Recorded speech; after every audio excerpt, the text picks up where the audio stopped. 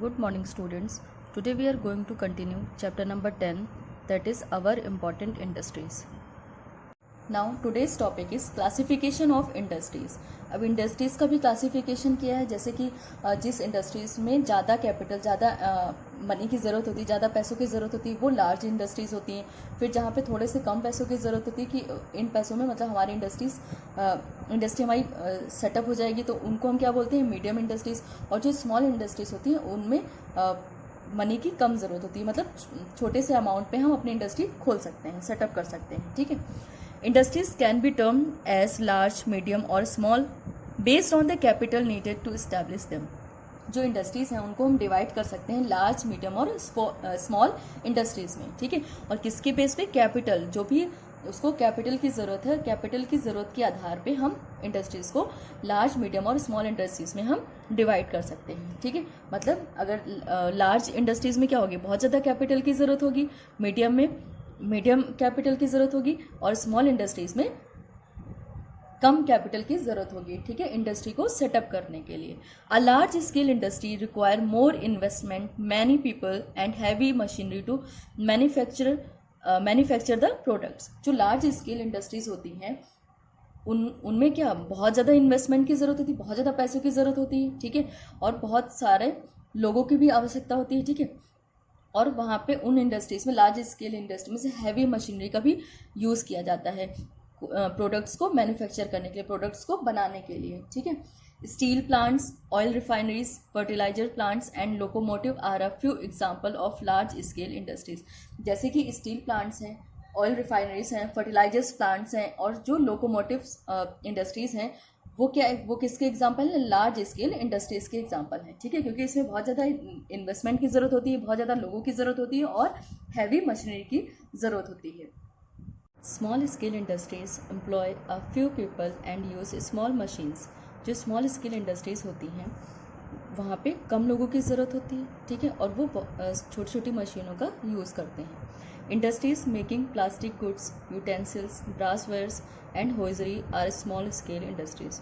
जो industries plastic के सामान बनाती हैं, ठीक है, बर्तन बनाते हैं, यूटेंसिल्स बर्तन बनाते हैं, जो पीतल के सामान बनाते हैं, ब्रासवेयर्स, और होजरी का सामान जहाँ पे बनता है वो क्या होती हैं, वो स्मॉल स्केल इंडस्ट्रीज़ होती हैं.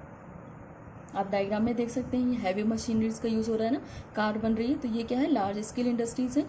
और ये स्मॉल स्केल इंडस्ट्रीज़ को शो किया गया है. यहाँ पे बहुत कम लोगों की ज़रूरत पड़ रही है और ये छोटी छोटी जो सिलाई की मशीन है उसको यूज़ करके प्रोडक्ट्स बना रहे हैं. ठीक है. Now next topic is cottage industry. जो कुटीर उद्योग होते हैं उनके बारे में पढ़ना है. Domestic industries which are run at home are called cottage industries. जो डोमेस्टिक, जो घरेलू इंडस्ट्रीज़ होती हैं जो कि हम अपने घर पे रन कर सकते हैं. ठीक है. जो घर पे रन होती हैं उन इंडस्ट्रीज़ को हम क्या बोलते हैं, cottage industries. In India most of them are found in villages.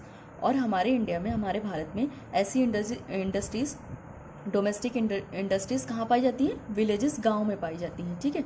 The people of these villages who are skilled in making handicrafts, making things at home on a small scale without much investment. ये जो गांव के जो लोग होते हैं जो कि बहुत ज़्यादा हैंडीक्राफ्ट्स, हाथ की बनी हुई चीज़ों को बनाने में वो स्किल होते हैं, उनकी स्किल होती है हाथ से बनी हुई चीज़ें बनाना, और छोटी मोटी चीज़ें जो अपने वो घर पे बना सकते हैं. ठीक है.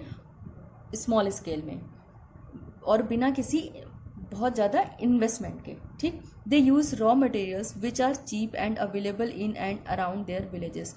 और ये जो लोग होते हैं वो कौन सा रॉ मटेरियल यूज़ करते हैं, जो सस्ता हो और जो उनके आसपास, जो उनके गांव के आसपास वो मिल जाए, आसानी से मिल जाए.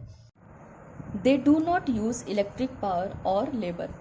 और ये लोग किसी भी इलेक्ट्रिक पावर का यूज़ नहीं करते हैं. ठीक है. और ना ही लेबर का. Members of the whole family are involve in making these goods. जो फैमिली के जितने भी मेंबर्स होते हैं वो सब इस गुड्स को बनाने के लिए, प्रोडक्ट्स को बनाने में इन्वॉल्व होते हैं. ठीक है. मतलब अगर वो कोई भी प्रोडक्ट या कोई भी गुड्स बना रहे हैं तो उसको बनाने के लिए जो घर के पूरे मेंबर्स होते हैं, जितने भी फैमिली मेंबर्स होते हैं वो इन्वॉल्व होते हैं इस इंडस्ट्रीज़ में. Pottery, match box, handloom, weaving, ornamental work, embroidery, coir products, bamboo and cane work and candle making are a few examples of cottage industries.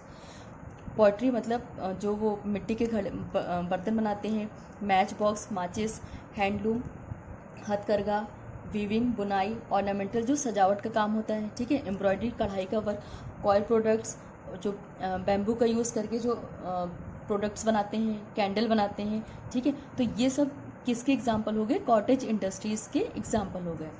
These industries are a major source of income for the people in the villages. और ये जो industries हैं, ये जो cottage industries हैं, ये कहाँ के लोगों का इम्पॉर्टेंट सोर्स है इनकम का? जो गांव में रहते हैं लोग, ठीक है।